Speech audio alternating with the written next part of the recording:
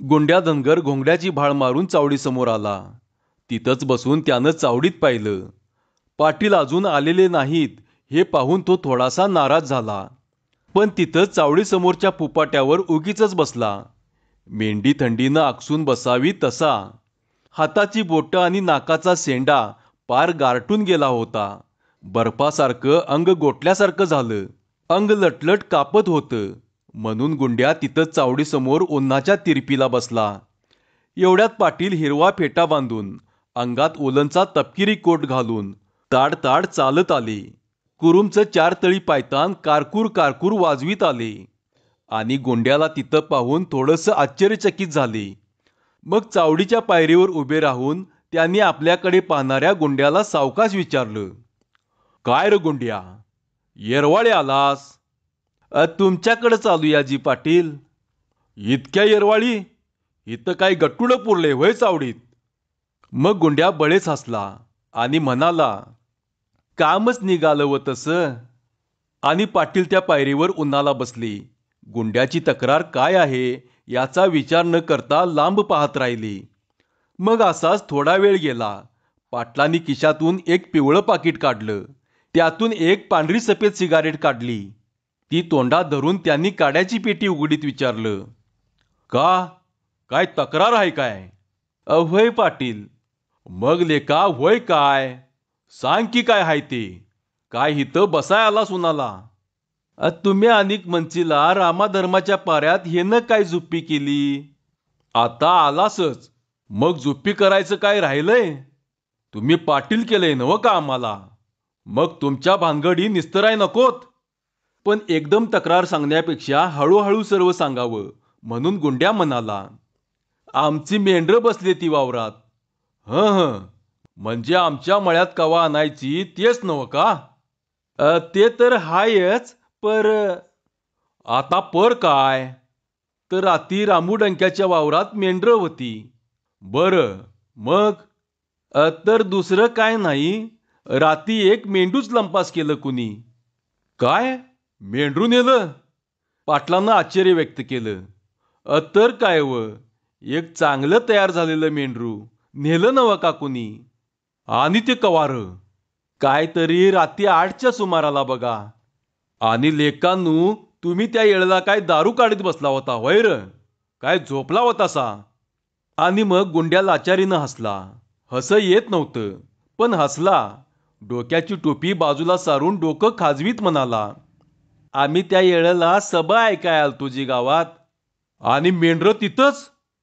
ते का? गुंड्या विचारात पडला. हा, म्हणजे कुत्री होती की राखणीला, असंच नवं? आणि पाटलाच्या या विनोदावर गुंड्या कृत्रिम हसला. हसण्यासारखी गोष्ट नव्हती तरीही हसला. आणि हळूच म्हणाला, तसं नवं पाटील. तर कसं र? माझं पोहार आणि तायापाचा झेल्या तिथं राखणीला होता की. मर्दानू, त्या पोरासनी राखणीला ठेवायला तुम्हाला कळाय पाहिजे होतं की. होय, खरं हाय. पर आता काय करायचं? चोरांनी पोरासनी मारलं बिरलं काय र? त्यांच्या अंगाला मातूर धक्का लावाय नाही कुणी. चोरांनी दम दिला चांगला त्यासनी. आणि मग गुंड्या मातीतच सरळ बसला. बूड टेकून म्हणाला, अपर पाटील, ह्या गोष्टीचा होता होईल तेवढा लवकर तलास लावाय पाहिजेत. एक मेंढरू म्हणजे किती नुकसान बघा की तुम्हीच. आर धनगर गरीब राहिली नाहीत आता. तर व कशात श्रीमंत झाली? ह्या मेंढरांच्या उद्योगानं. तसं कुठलं पाटील? अन्न मिळत नाही खायला आणि श्रीमंती आठवती या. मग पाटील कोटाचं सुटलेलं बटन घालीत म्हणाले, मग त्या देशपांड्यांचा 7,000चा मळा घ्यायला कसं तयार झाला होता र सगळीजण? आपल्यापाशी तरी तसा काय साठपा नाही गळ्याच्या र तुझ्या. सुटली बोला. आणि मग दोघांच्या बोलण्यात बराच वेळ गेला. ऊन ही चांगलं तापलं. थंडी पळून गेली. चावडीच्या पायऱ्यावरून सावली ओघळत खाली आली. रानात जाणाऱ्या शेरडागुरांची वर्दळ वाढली. नंतर पाटील आज जाऊन नेहमीच्या ठिकाणी तक्क्याला टेकून बसले. चावडीच्या पायऱ्या चढून गुंड्याही वर गेला. त्यांच्यापासून थोडं लांब बसून त्यानं विचारलं, मग पाटील कसं करायचं म्हणता? मी मांगाच्या 2-3 पोरासनी खडसावून विचारतो. ह्या 4 दिवसात ती पोरं लई सोकावल्या ती. मेंढरं चोरून न्यायला लागल्या ती. घावली का मालमुद्द्यासकट? घावली नाहीत, पण माझ्या कानावर आलंय तसं. मग तेवढं झटक्यान तपास लावा. मग पाटील त्याला धीर देत म्हणाले, चावडीत कामाला असत्या ती, त्या संध्यासनी पाठवतो हुडकायला. त्या माणसांचा माग मग वळकील संधी. काय बी करा, पण मेंढरू हातचं जाऊ देऊ नका पाटील. नंतर पाटलांनी एक सिगरेट आणि काड्याची पेटी गुंड्याकडे टाकीत सांगितले. मग सिगरेट तरी वड. आणि गुंड्या थोडासा खुलला. त्याने सिगरेट हातात घेतली आणि एखादी अजब चीज निरकून पाहावी तसे पाहत त्याने ती पेटवली आणि पेटवून चिलीम ओढावी तशी त्यानं हातात पकडून ओढली. आणि मग गुंड्या असा बराच वेळ बसून राहिला. तेवढ्यात पाटील चटकन म्हणाले, बर गुंड्या. बोला की पाटील. मग लेका असाच बसून काय राहिलास? मग काय करू म्हणता? आर त्या समध्यासनी बोलवून आण की.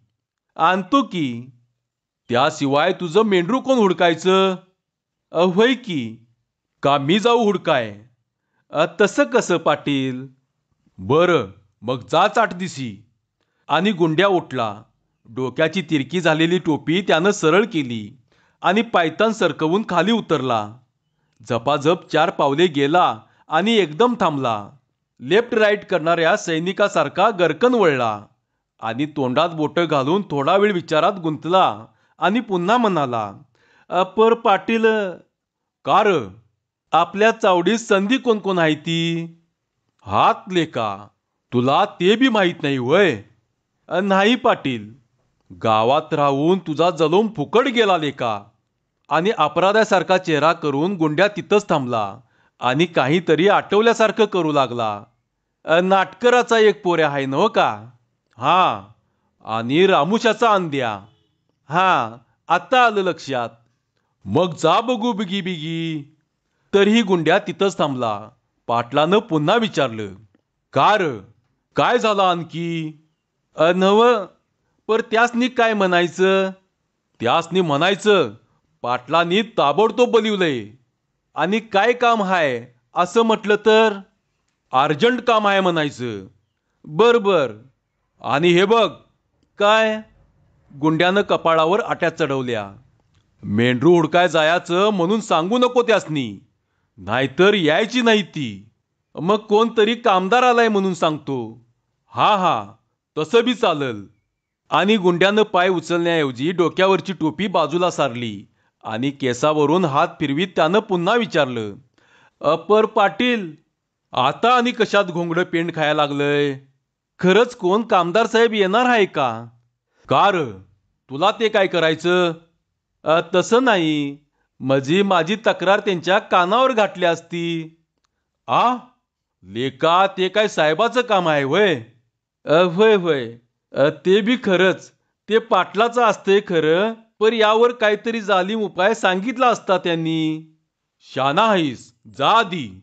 गुंड्यानं जीभ चावली. पाटलानं येड्यात काढलं म्हणून तो जरासा नाराज झाला. डोक्याची टोपी नीट घालून तो तरातरा निघून गेला.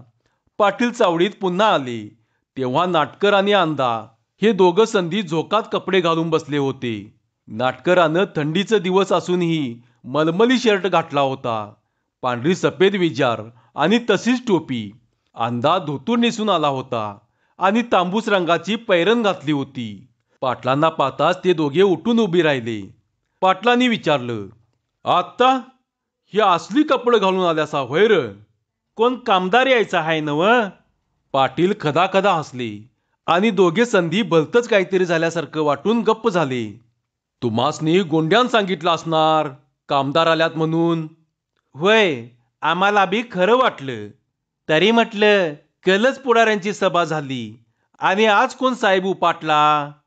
दुसरं काय नाही खरं, त्या धनगराचं मेंढरू कोणतरी चोरून नेलंय, ते शोधून आणायचं आहे.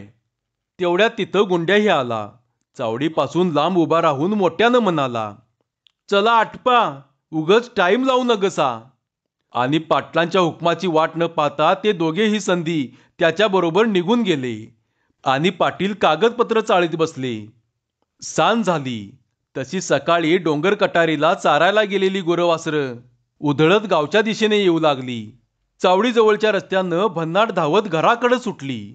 दिवसभर रानात वेचलेल्या काट्या कुटक्या, मोठं दुपारी धुतल्यालं धुन्यांचं पीळ यांनी भरलेल्या पाट्या घेऊन बायका सांज झाली म्हणून गडबडीनं घराकडे जाऊ लागल्या.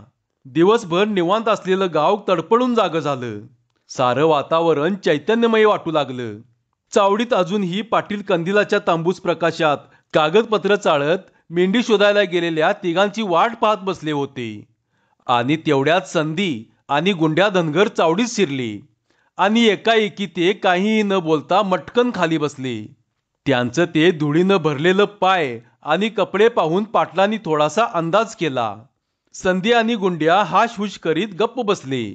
हरे रामा रामा म्हणत नाटकरानं काहीतरी दुखावं तसा चेहरा केला. पायांच्या पिंढऱ्या त्यानं थोड्याशा दाबल्या. मांड्यावरून हात फिरवीत श्रम नाहीसे करू लागला.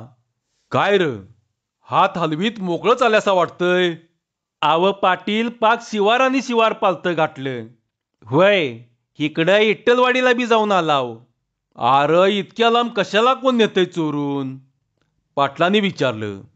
तरी मी गुंड्याला म्हणत होतो, तर ऐकतोय कुठलं? आपलंच खरं. नाटकर गुंड्याकडं तोंड करून म्हणाला. पाटील, गुंड्यानं लई आंबिवलंय आज. होय की, त्याला एकच मेंढरू घेऊन दिलं असतं तर परवडलं असतं. पाक पिट्टा पाडलाय आमचा. आज पतूर मस्त कामं केली सरकारी, पर ह्यो हिसका लई वंगाळ पाटील. आणि मग सर्वजण तोंडावरचा घाम पुसू लागले. पायावरची धूळ पुशीत राहिली. नाटकर आणि आंद्या धोतर विजारीला डसलेली कुसळं काढण्यात दंग झाले आणि पुन्हा थोड्या वेळानं खांबाला टेकून आरामशीर बसले. नाटकरानं ताटलेली बोटं कडाकडा मोडली. पण गुंड्याचा प्रश्न तसाच राहिला होता. तरीही चिकाटी लावून त्यानं विचारलं. मग पाटील, आता कसं करायचं म्हणता? पाटील चाट पडले. गुंड्याची केस जोरात दिसते म्हणून गडबडले. पण त्याला धीर देण्यासाठी ते म्हणाले. बघूया, ह्या दोघांनी उद्या आणि पाठवतो. मेलो पाटील आजच, उद्या आपण काय जाणार नाही. दोघंही कळवळून म्हणाले. बरं, मग मीच चौकशी करतो उद्या. गुंड्या, तू जा बिनगोरे आता, नाहीतर दुसरं मेंढरू जाईल एखादं. आणि गुंड्या झपाट्यानं उठला. चालवत नव्हतं, तरी पायाला रेट देत तो निघून गेला. आणि मग असाच थोडा वेळ गेला. कडूस पडलं. काळाकुट अंधार पडला. जेवण वेळ टळून गेली. थोडा वेळ गलबला करून ते गाव पुन्हा अंधारात बुडून गेलं. घर आणि घर घोरू लागलं. चिडीचिप्प झालं. जणू इथं माणसं राहतच नाहीत असं स्वरूप बनून गेलं. पाटलांनी सर्व कागदपत्रे व्यवस्थित ठेवली आणि किल्ल्यांचा जुडगा हातात घेऊन ते मोठ्यानं म्हणाले. चला रा आता. दोघेही गडबडीनं उठले. डोळे चोळी त्यांनी आसपास पाहिलं आणि ते पाटलांच्या मागून चावडीच्या पायऱ्या उतरले. नाटकर कंदील नीट धरीत म्हणाला. पाटील. काय र? पाटलांनी त्याच्याकडे पाहून विचारलं. नव, कल आम्ही त्या पोडाऱ्यांचं जेवणखान करण्यात आंबून गेलाव. मग? आणि आज गुंड्याबरोबर तकाटा मारून आलाव. किल्ल्यांचा जुडगा कोटाच्या खिशात टाकून पाटलानं विचारलं. मग काय पाहिजे रे तुम्हासनी? नाटकरानं उगीच डोक्यावरून हात फिरवला आणि म्हणाला. ते तुम्हीच बघा म्हणजे झालं. पाटील थोडा वेळ विचारात राहिले. सिगारेट तोंडात धरून काडी ओढीत म्हणाले. मग असं करा. कसं? दोघांनी उत्सुकतेने विचारलं. गोंड्याच्या मेंढीचं काल आपण जे पोडाऱ्यासनी जेवण केलतं त्या मेंढीच्या कातड्याचं आणि मुंडीचं पैसं देवकर चांबाराकडनं घ्या, म्हणजे तुमचं काम झालं. धन्यवाद.